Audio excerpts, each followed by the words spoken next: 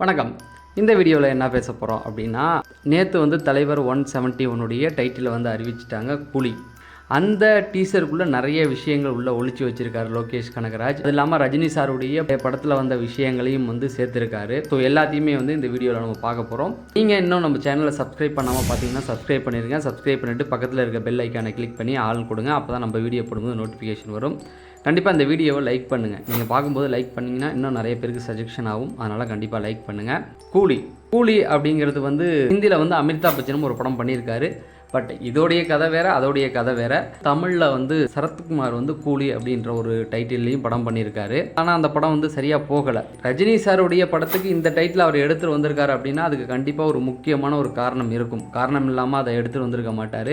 Teaser ஃபுல்லாகவே நீங்கள் பார்த்தீங்க அப்படின்னாவே பிளாக் அண்ட் ஒயிட்டில் தான் காமிச்சிருக்காங்க. பிளாக் அண்ட் ஒயிட் அப்படிங்கிறது வந்து ஃப்ளாஷ்பேக்கை குறிக்கிற மாதிரி தான் தமிழ் சினிமாவில் எப்போதுமே எடுத்திருப்பாங்க. அதாவது இந்த படம் வந்து எப்படி இருக்க போகுது அப்படின்னா, ஒன்று ஃப்ளாஷ்பேக், அதுக்கப்புறம் ப்ரெசென்ட், இப்படி மாறி மாறி வரும் அப்படிங்கிற மாதிரியான விஷயங்கள் சொல்லிட்டு இருக்காங்க. ரஜினி சாருடைய அந்த கெட்டப் அந்த காலத்து கெட்டப் மாதிரி கிடையாது, இப்போ பிரசன்ட்ல இருக்கிற மாதிரி தான் இருக்குது. ஆனால் நிறைய விஷயங்களை போட்டு வந்து லோகேஷ் கனகராஜ் வந்து நம்மளை குழப்பியிருக்காரு. அந்த ஃப்ளாஷ்பேக் அந்த இதுலேயே பார்த்தீங்கன்னா ஓல்டு அந்த டெலிஃபோன் யூஸ் பண்ணுவாங்களா அந்த காலத்தில், அதையும் வச்சுருக்காரு. அதே இடத்துல ஒரு செல்ஃபோனையும் வச்சுருக்காரு.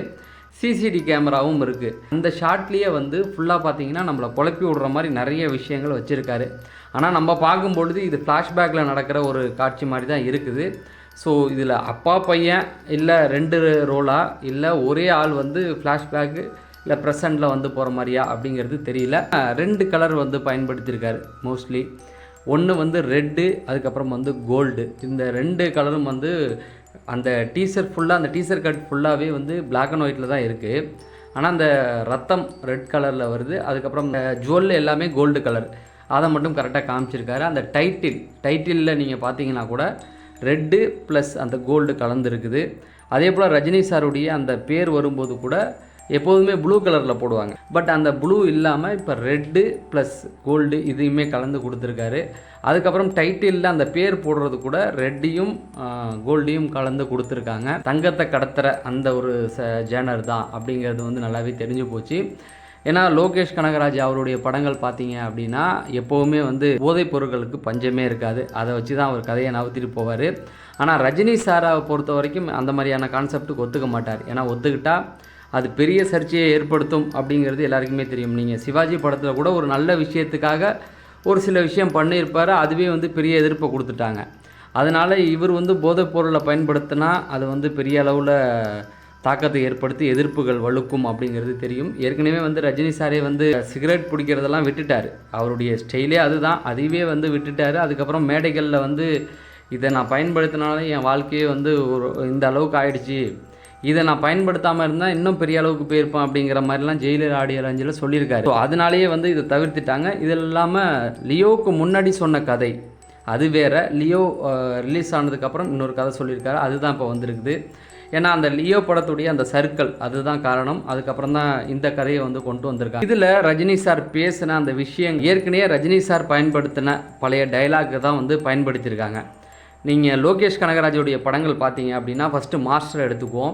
இந்த மாஸ்டர் படத்தில் வந்து ஓப்பனிங்கில் விஜய் சார் வந்து ஒடியாந்து அந்த பஸ்ஸில் ஏறுற அந்த சீன் வந்து ரொம்ப மாசாகவும் இருக்கும், ரொம்ப கிளாஸாகவும் எடுத்திருப்பார். இதை வந்து காலமெல்லாம் காதல் வாழ்க விஜய் சாருடைய படம் தான் நினைக்கிறேன், பேர் சரியாக தெரியல, இந்த படம் தான் நினைக்கிறேன். அதில் வந்து ஓப்பனிங் ஷாட் வந்து விஜய் சார் அப்படி தான் பஸ்ஸில் ஓடி வந்து அந்த ஹீரோயினை பார்க்குறதுக்கு எதுக்கோ ஏறுவார். அதே காஸ்டியூமில் தான் வந்து ஏறுவார். அதை வந்து பயன்படுத்தி தான் மாஸ்டரில் எடுத்திருப்பார். விக்ரம் படமும் அப்படி தான்.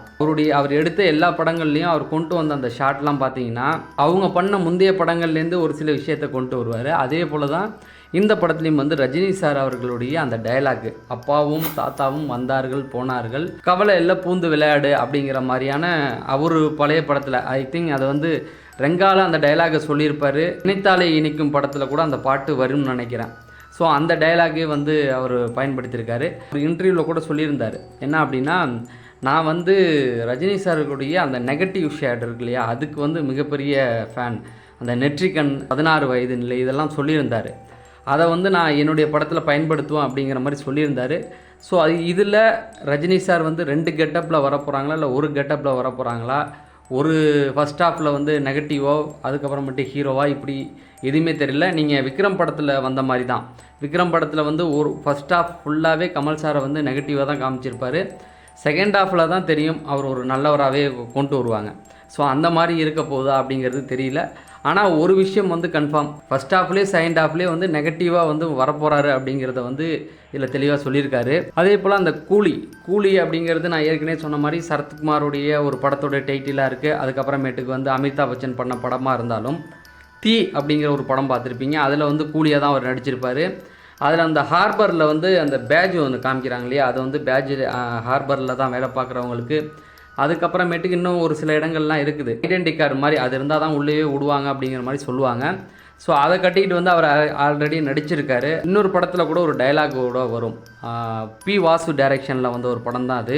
உழைப்பாளி படத்துலேயும் வந்து அவர் கூலியாக தான் நடிச்சிருப்பார். அந்த உழைப்பாளி இல்லாத நாடு தான் அந்த பாட்டு கூட அதில் வரும். அதில் ஃபேமஸ் ஒரு டைலாக் இருக்குது. அது வந்து அந்த காலத்தில் ரொம்ப ஃபேமஸாக பேசப்பட்டுச்சு. அவர் அரசியலுக்கு வரதை பற்றி சொன்ன ஒரு விஷயம். ஸோ அதில் வந்து அதை தெளிவாக சொல்லியிருப்பார். நேற்று என்னை கூலியாக வச்சுருந்தான், இன்றைக்கி நடிகனாக வச்சுருக்கான், நாளைக்கு அப்படிங்கிற மாதிரியான அந்த ஒரு டைலாக் இருக்கும்.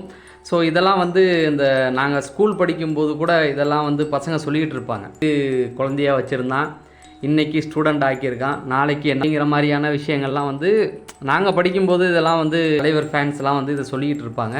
ஸோ இந்த கூலி அப்படிங்கிறது வந்து அந்த வார்த்தை கூட தலைவர் ரஜினி சாருடைய முந்தைய படங்களில் பயன்படுத்தப்பட்டிருக்கு. இப்படி ரஜினி சார் படத்தில் வந்த அதே டைலாக் எல்லாத்தையுமே வந்து அவருக்கு பிடிச்சதை வந்து கொண்டு வந்திருக்காரு அப்படிங்கிறது நல்லா தெரியுது. அதுக்கப்புறமேட்டுக்கு பார்த்தீங்கன்னா அந்த இதிலே வந்து ஒரு பைக் சத்தம் ஒன்று கேட்கும். அவர் ஃபோன் பண்ணி பேசும்பொழுது பைக் சத்தம் கேட்கும்.